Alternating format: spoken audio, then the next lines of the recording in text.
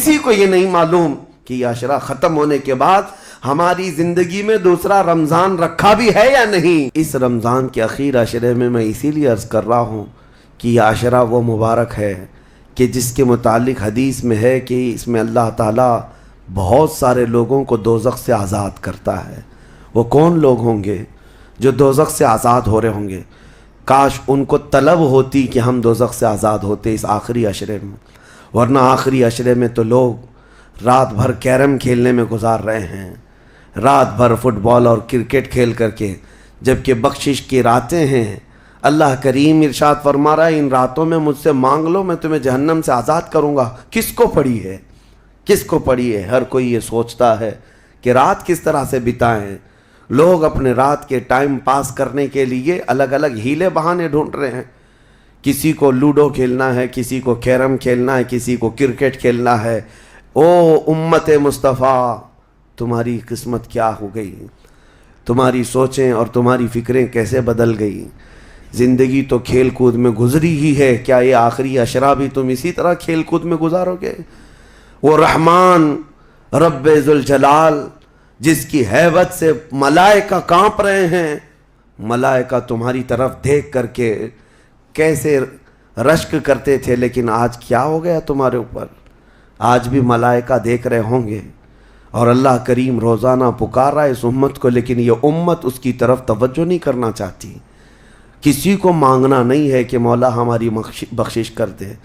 تراویح میں بھی تو ایسے بھاگتے ہیں جیسے لگتا ہے کہ باہر ان کا سامان چھوٹ گیا ہے، ایسے فوراً مسجد سے بھاگ کر چلے جائیں۔ تمہیں 1 گھنٹہ اللہ کے گھر میں بھاری پڑ جاتا ہے، کوئی حافظ اگر 10 منٹ زیادہ کر دے تو اس کے اوپر بمباریاں ہو جاتی ہیں۔ لوگوں کو ایسا لگنے لگتا ہے جھیلا دیا آج تو اس نے، کس کام میں؟ ارے میرے عزیزو، جو جنتی خواتین کی سردار ہے میرے مصطفیٰ کی بیٹی، سجدے سے سر اٹھاتی تھی صبح کے وقت، پھر یوں کہتی تھی کہ مولا تیری راتیں کتنی چھوٹی ہو گئی کہ میرا سجدہ پورا نہیں ہو پاتا، تیری راتیں کتنی چھوٹی ہو گئی کہ میرا پورا سجدہ نہیں ہو پاتا، اور تم یہاں پر رکعتوں کو گن گن کر کے بھاگنے کی فراق میں ہو۔ دنیا کے ہزاروں کام پڑے ہیں میرے عزیزوں، لیکن کیا ہوگا اس دن جب قیامت کے دن فیصلہ سنا دیا جائے؟ اس دن سوائے اس کے کچھ نہیں کہو گے کہ اے اللہ ربنا اخرجنا نعمل صالحا، اے اللہ ہم کو یہاں سے نکال دے، ہم نیک کام کر کے آئیں گے۔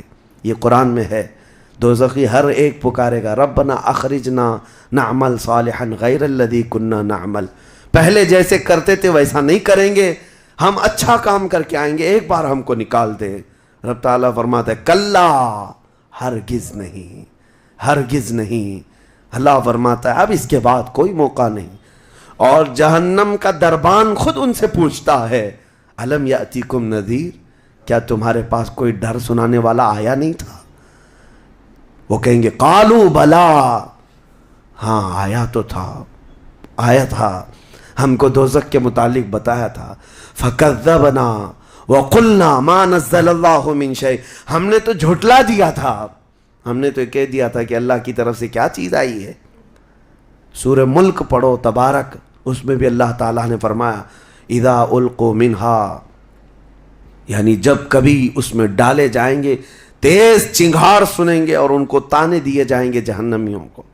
میرے عزیزو، وہ کون سے اعمال ہیں جو لے کر کے جاتے ہیں؟ وہ ایک لمبی فہرست ہے۔ سب سے پہلی چیز اللہ کے ساتھ شرک کرنا اور کفر کرنا، یہ ہمیشہ ہمیشہ کے دوزخی ہے، شرک اور کفر میں ہمیشہ دوزخ میں رہے گا۔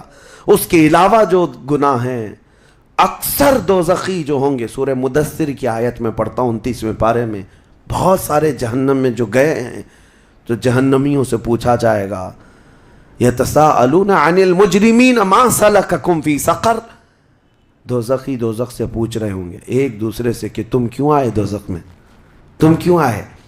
کہیں گے قالوا لم نک من المصلی، کہیں گے ہم نماز نہیں پڑھتے تھے، ہم نماز نہیں پڑھتے تھے اس لیے ہم کو دوزخ میں ڈال دیا گیا۔